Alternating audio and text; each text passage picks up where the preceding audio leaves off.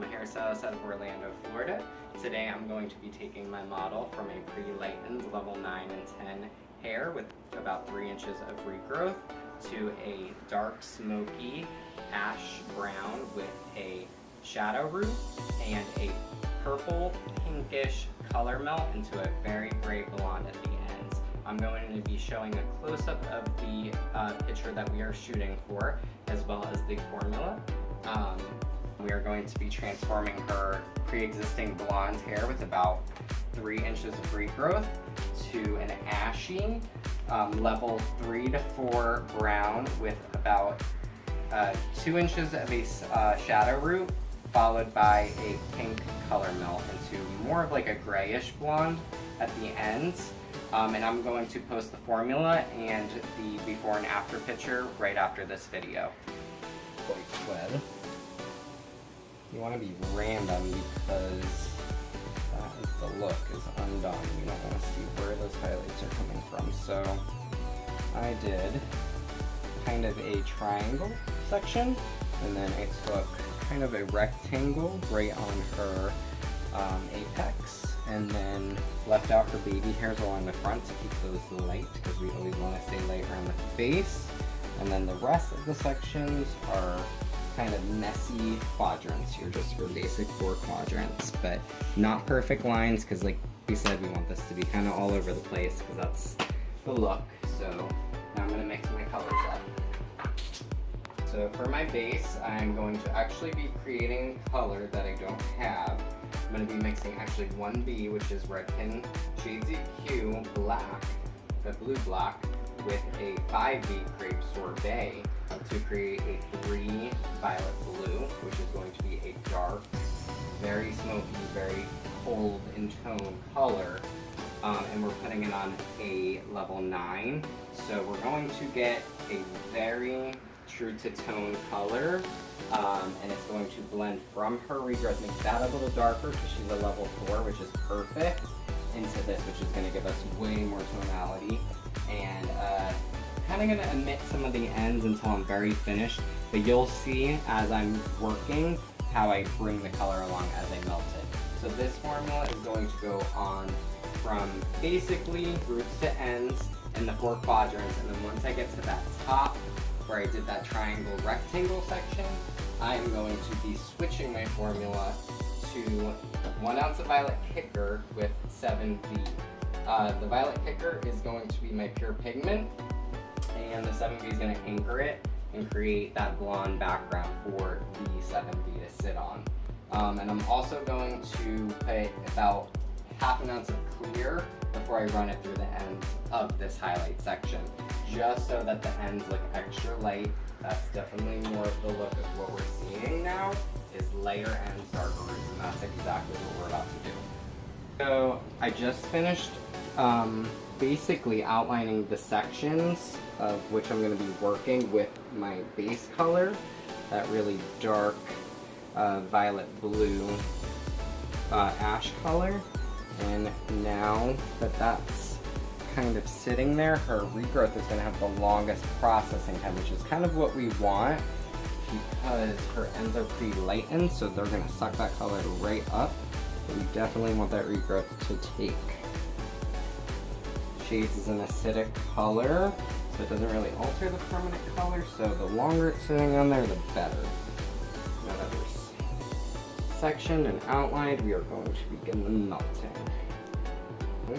Just bring everything back away from the face so that way it stays as least messy as possible. But like I said, you're kind of omitting the ends, you're really not saturating them until the very end. Because we want those to stay the lightest. If you bring that dark down right away, those ends are like a sponge and they are just going to suck that color right up and probably show up darker than her roots, which is the exact opposite of what we want. So as you can see, I'm kind of loading it on the regrowth and then just kind of sweeping it down. And after I'm done with all the sections, I'm going to actually use a comb to kind of work it through the sections in a not so perfect way.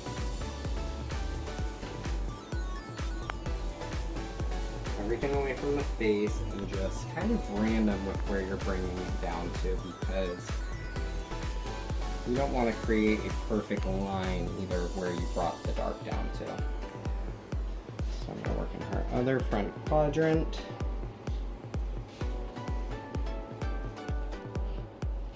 But as you can see, I'm kind of being really random.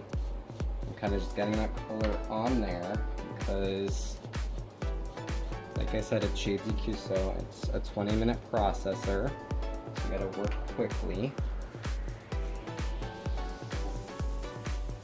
You can also choose to remix. I'm kind of fast, so I think I can get it all done with that first bowl. Right now I'm gonna start working in the back quadrants, just to keep it random. If you did it all going one way, you're gonna see that in the final result. Just like with haircuts, if you cut everything going the same angle, you get a sharp line.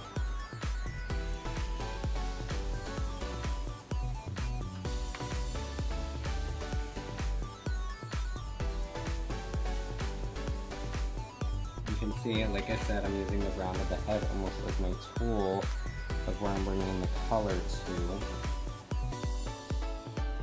You always want darkest on the round of the head. Anything that leaves the head tends to get lighter naturally.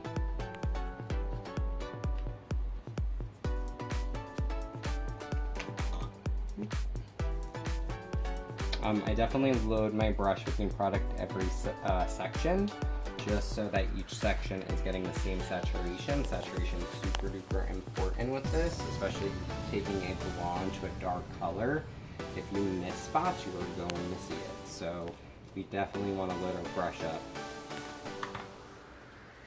And when the hair gets short down here, it's a little bit less important, but you still want to make sure you're saturating.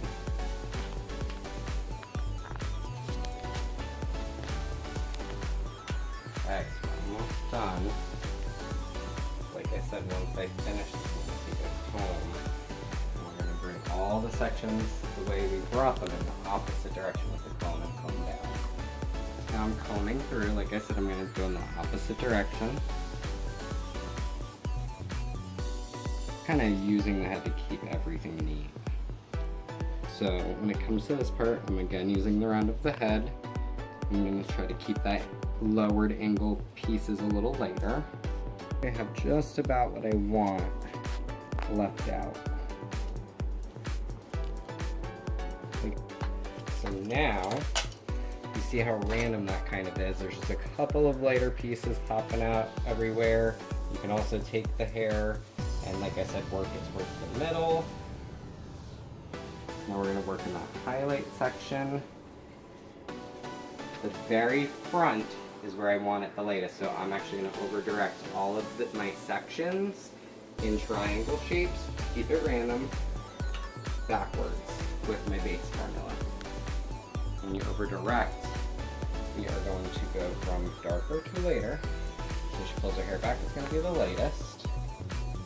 And I'm going to use, like I said, the round of the head once again as my guide and where to stop. See where my hand leaves the head is where I stop. Organic, flowing. Let's say it's been probably about 15 minutes since we started. So as long as you're able to get that color on there within the 30 minutes, you are good to go. But like I said, if you were a little bit newer or slower, you could definitely remix your bowl of color. Okay, so see where that kind of is leaving the head. Being messy once again, not taking even all the hair into the equation. But like I said, just swing it around that head. Alright, now this is where I'm going to start to leave the most out. I'm not really going to even go down that far, but I am going to create a V.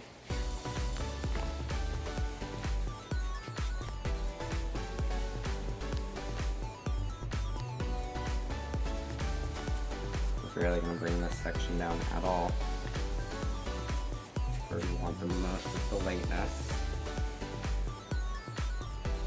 and kind of doing it in that crisscross formation keeps your sections off of each other.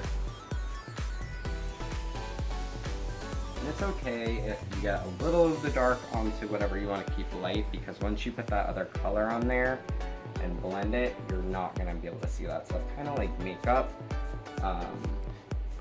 Now if I was leaving this all blonde and not adding another color, you'd be a lot more careful. Use my comb once again. Like I said, whenever you use the comb, you go in the opposite direction that you were just doing. Okay. So now we are ready to start applying Formula 2.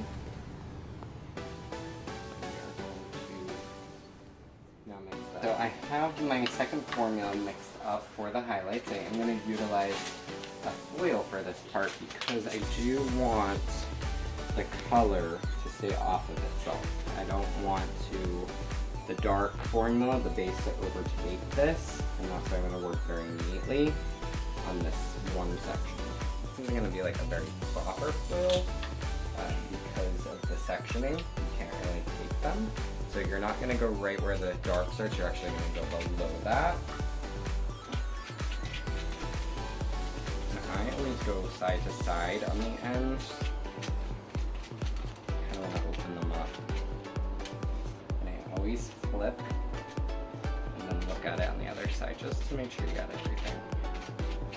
And then we're going to take my favorite brush, the Redken Blur brush, and we're going to blend the formulas together.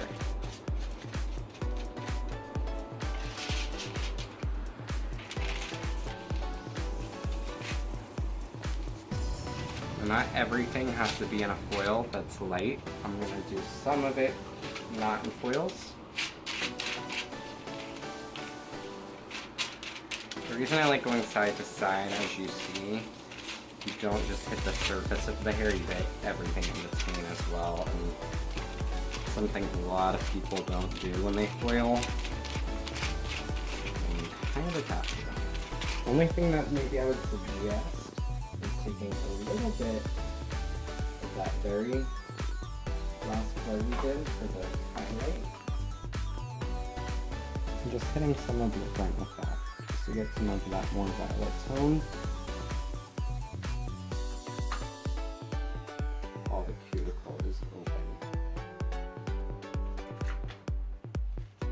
Okay, once you think you got everything pretty good, now it's time to process. So I'm going to cover her in a plastic cap. Definitely going to clean her up. Sheets of Q is pretty easy to get off, but I would suggest definitely basing your client with a protective cream and your processing cap.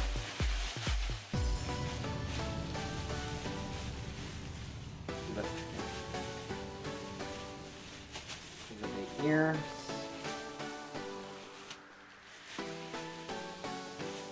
Now we are going to put her under a warm dryer for 15 minutes, let her cool for 5, and then you're going to see the finished result.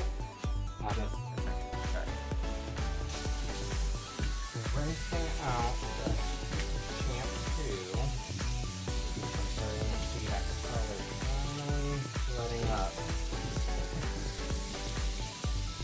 We're going to rinse all the water on the clear. Follow with a chemistry shot, which obviously is a must after color service. 5 minutes.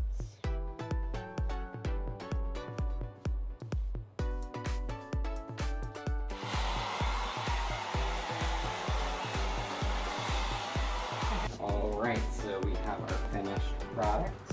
I blow dry her with our Redken Duo Shield, did the shape plus heat protection, and then I added a little bit of shape factor just to bring out the volume and piece it out a little bit so we could really see the color. We're indoor lighting at nighttime, so we are in not the best lighting. This is going to be extremely bright in the sunlight, but if you can just 360 with me around the head, you can really see the deeper violet going into that, like I said, that pinkish purple. really pretty color. It's really interesting. And you see how leaving those ends out during the olive color, even though you're going back over them, it really does make a difference in the end. Those little tiny things. So overall, she's happy. We got it pretty close to the picture. Look really pretty in braids and updos. As you can see, it's seamless. If you split it anyway, you're not gonna have any type of, lines or, demarcations. It's all gonna be smooth. That's what a color mill is, and that's what I was trying to show you today. So we achieved this all with Shades EQ, which is demi-permanent, so she's not locked into this color. If she ever wants to go back blonde, it'd be a very easy fix. But she loves this, so she's gonna rock this for a while, and when it fades, it's actually gonna be a very icy blonde as it fades. And she's gonna maintain it with her Blonde Bagel shampoo at home. Alright guys, so there you have it. Redken Color Melt, Shades EQ, and our blowout finish. Hope you enjoyed the video.